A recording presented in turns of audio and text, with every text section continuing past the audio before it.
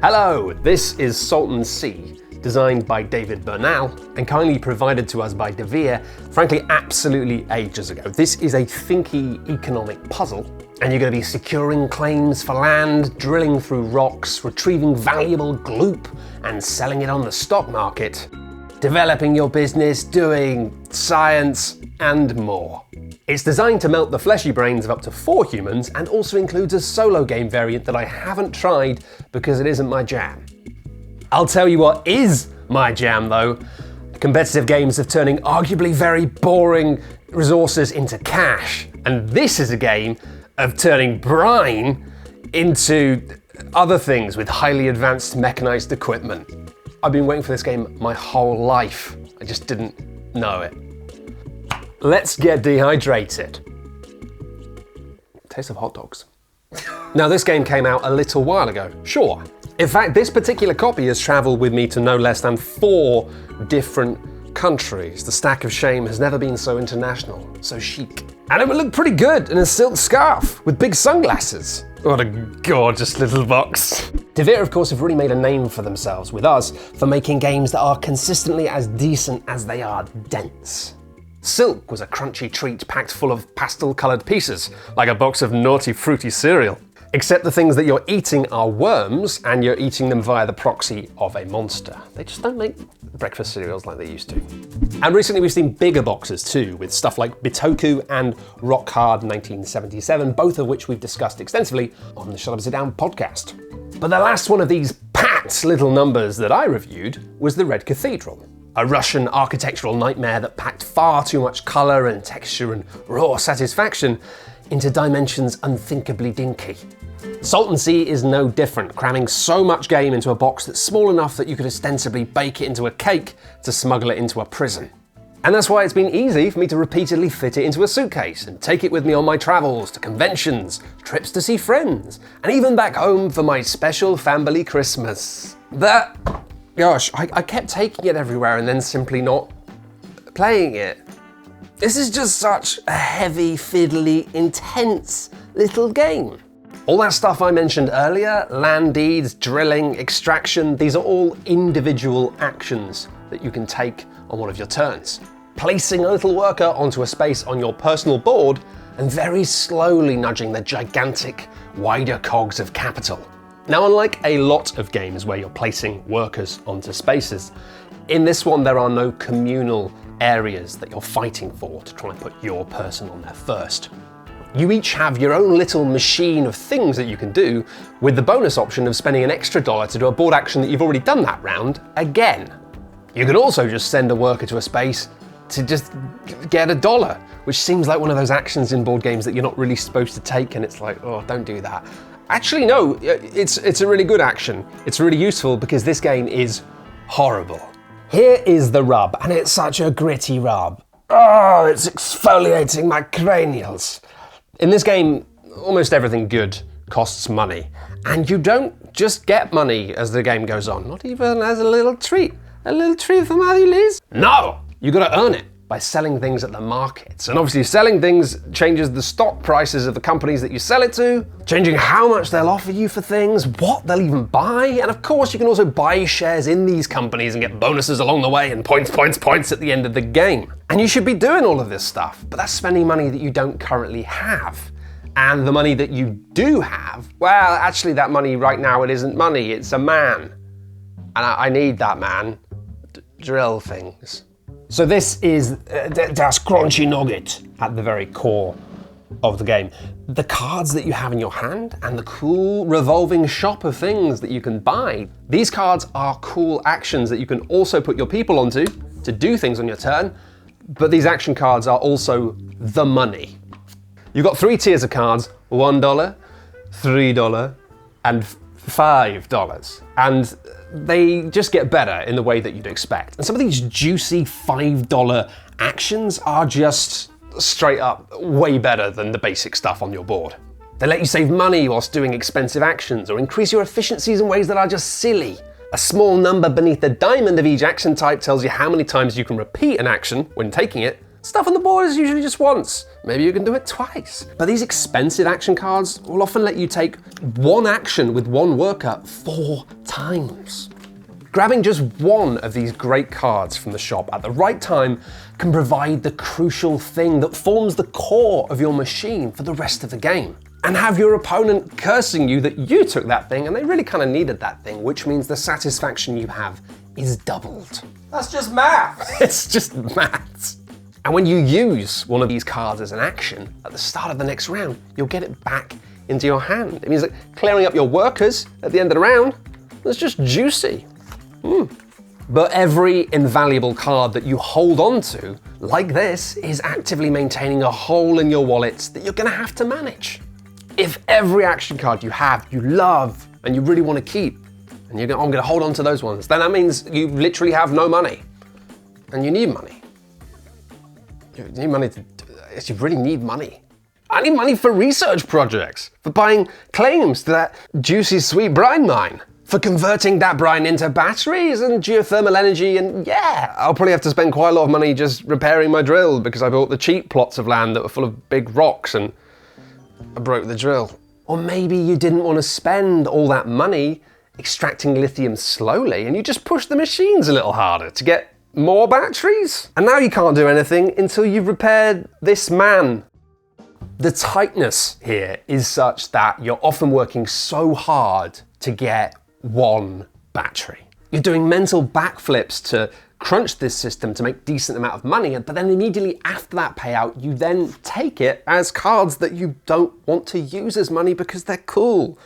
It means even after a big payout, you still feel poor. It's a really fantastic little system that completely shifts a straight economic puzzle into something far wibblier. These high-cost cards are the ones you're going to really want to hold on to because they're just so good, which means that when you need to spend money, in a blink of an eye, you'll just be getting rid of all of your one cards straight away. Take them. But then it means that your hand of action cards is really powerful, but also baked in with a great deal more inflexibility. You'll wield a huge amount of power in the game with just a few of these top-tier cards. But I'm not gonna lie, you will also have moments where you are then gonna spend them as cash, even though you don't want to. And the terrible thing is, there's no change in this game. You never get change. So if all you have is 5s, that'll be 5. Thanks. Of course it's fine. I can just wave goodbye to this beautiful card that lets me extract brine at a rate that's frankly alarming. And I'll probably be able to get another one of them later. Yeah? Maybe. Yeah. A lovely thing about this game is you aren't just exponentially trying to make more and more stuff and more money. And in games like this, usually, if you can make a sale on a turn, you just want to do it. Get that money, reinvest it. But with this one, because the money that you're earning for doing big payouts is coming from this revolving shop of action cards, sometimes you want to wait to time that big payout for when the things in the shop are the things that you need. Or just as good, the things that you know other people need. I was playing this with my partner and she really needed to repair her drills. I just took all the repair cards. Broken forever. I adore the elegance and the simplicity of this little system, making you constantly fall in love with the money that you then need to spend. It's cool. And it's why it's so delightful when you do make a load of money. You aren't just getting a generic wad of cash from the bank, you're picking out beautiful new toys. It's a 3-hour Euro game that's small enough that you can pretty much take it anywhere. But because it's a 3-hour Euro game, you might not find that you take it out of your bag. And so De Veer, I love you, I love what you do, but I worry this time you've gone too far. Cramming increasingly complicated games into tiny boxes, it's admirable. I think it's brilliant, it's really cool. But I think you might have condensed this down into too salty and tight of a broth.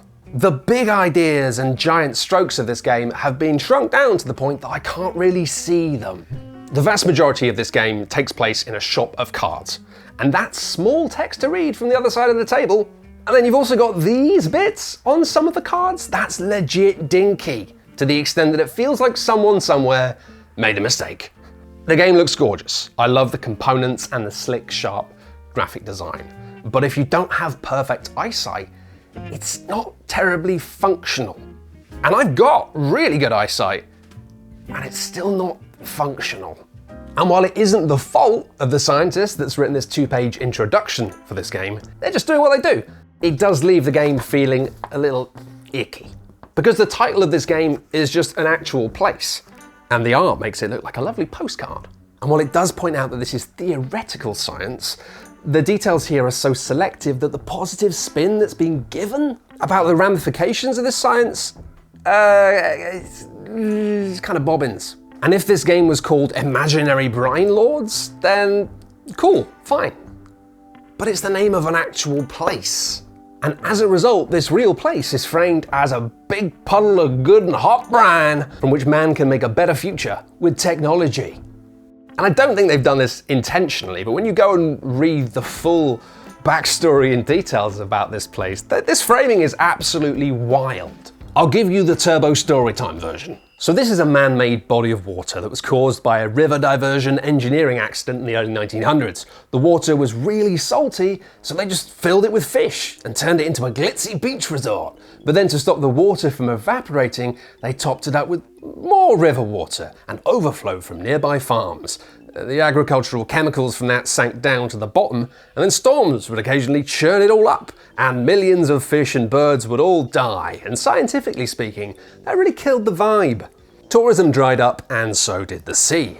And the chemical-soaked ground underneath it becomes gradually exposed, it dries out, and turns into this incredibly airborne toxic dust. So we just need to keep that dust wet. But we don't do that. Actually, we stop diverting river water because it's a valuable commodity that tech companies need to generate JPEGs of fictional ladies. So it's a toxic time bomb that isn't profitable to fix. But science like this might change that by allowing people to turn that brine into lithium that somebody can sell. But a lot of this science hinges on the combination of doing that whilst also drilling into that hot, hot earth to make geothermal energy. But the reason the ground here is so hot is because it's the San Andreas Fault, which we probably shouldn't be drilling into. We are actually already doing that, and it turns out it makes loads of earthquakes. It's giving big Mako reactor vibes. It's got some big Shinra energy. So to then take this toxic pit of hot, soggy hubris and frame it as being this bountiful ecological wonder that man can harness to make a green future with technology, it's kind of unreal. It's pretty wild. This is a man-made disaster zone caused by multiple rounds of occasionally accidental geoengineering. And the idea that we can be like, everything's gonna be great if we just do a little more geoengineering, it makes this feel like it's a joke. This game almost feels like a piece of satire, but I don't think it is. I think they just didn't really think about what they were doing. And yeah, so now you've got a game that's pretty good, with a theme that initially seems fun, and then you dig into it and it makes you kind of feel like, I ran out of words. I don't really know how I feel about this. I guess, I don't know how you feel about it. You can make your own mind up. Some people might argue that just by making a game about this place, it's raising awareness, but it was true for me, but I don't really know if most people who play a board game and read a bit of interesting information at the start of the manual are then going to spend 2.5 days going down a rabbit hole of reading academic papers. And honestly, I would very much like to not be one of those people. So if anyone has any tips or tricks on how to have a different brain, let me know. In the meantime, what do we do? If, like myself, you have this game and you have complicated feelings about it, or maybe you want to buy it and play it because the mechanics of it sound, whew, but you just know that it's going to be kind of weird.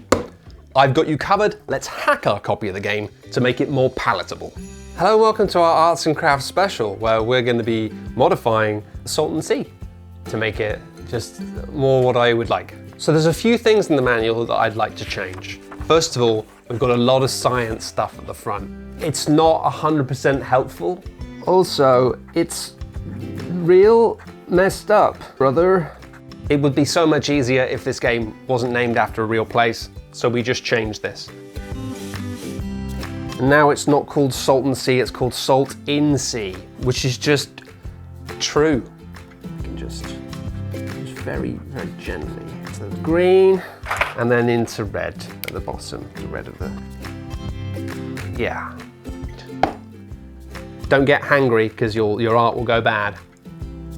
With some googly eyes. I'm actually gonna take the rules for Monopoly Reading Edition, and we're just going to put this in here. I think I'm going to use glue.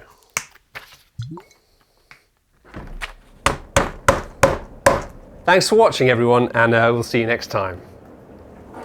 Cheers!